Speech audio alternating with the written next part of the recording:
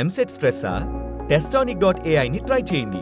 Free mock test, custom test, AI insights మరియు performance tracking కూడా. Register now.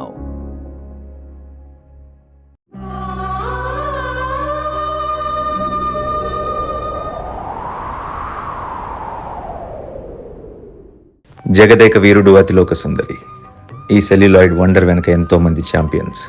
సినిమాలో ప్రతి ఫ్రేమ్ని మ్యాజికల్గా చూపించిన డిఓపి విన్సెంట్ గారు, అందమైన సెట్స్తో మరిపింపచేసిన ఆర్ట్ డైరెక్టర్ చలం గారు, ఎడిటింగ్ స్కిల్తో సినిమాకి సూపర్ టెంపోనిచ్చిన మన చెంటి గారు, పాటలు మాటలతో మెస్మరైజ్ చేసిన వేటూరి గారు, జంధ్యాల గారు, వీళ్ళందరి కష్టానికి ప్రాణం పోశారు ఒక లెజెండ్, ఒకే ఒక్క మాస్ట్రో ఇళయరాజా. ప్రతి పాట వెనుక ఓ ఇంట్రెస్టింగ్ స్టోరీ ఉంటుంది. అలాంటి కొన్ని స్టోరీస్ మీకు చెప్పనా?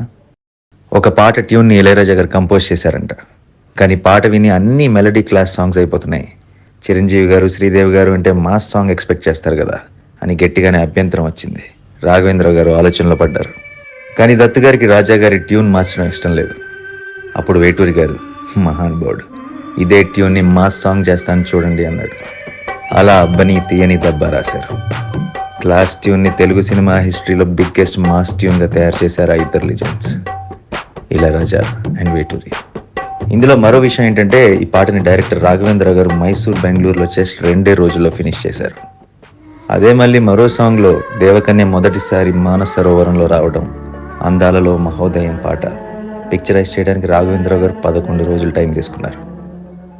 మరో పాట దినక్కుత్త దినక్కుర్రో, ఈ పాటకు కూడా వాహిని స్టూడియోలోనే భారీ సెట్ వేశారు. షూటింగ్ అయిపోగానే శ్రీదేవి గారు హిందీ సినిమా షూటింగ్కి ఫారెన్ వెళ్ళిపోవాలి.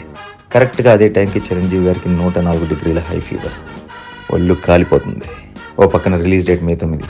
ఒక్కరోజు తేడా వచ్చినా మొత్తం తేడా వచ్చేస్తుంది. అప్పుడు చిరంజీవి గారు హై ఫీవర్తోనే షూటింగ్కి రెడీ అయ్యారు.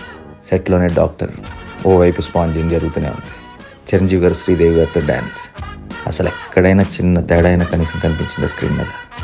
అది చిరంజీవి గారంటే అని ఆ సంఘటన ఎప్పుడు తలుచుకుంటారు దత్తు గారు. అనుకున్న డేట్కి అనుకున్నట్టుగా రిలీజ్ చేయగలిగామంటే దానికి ఆయనకి వర్క్ అంటే ఉండే డెడికేషన్ ముఖ్య కారణం అని మనసు మెచ్చుకుంటారు.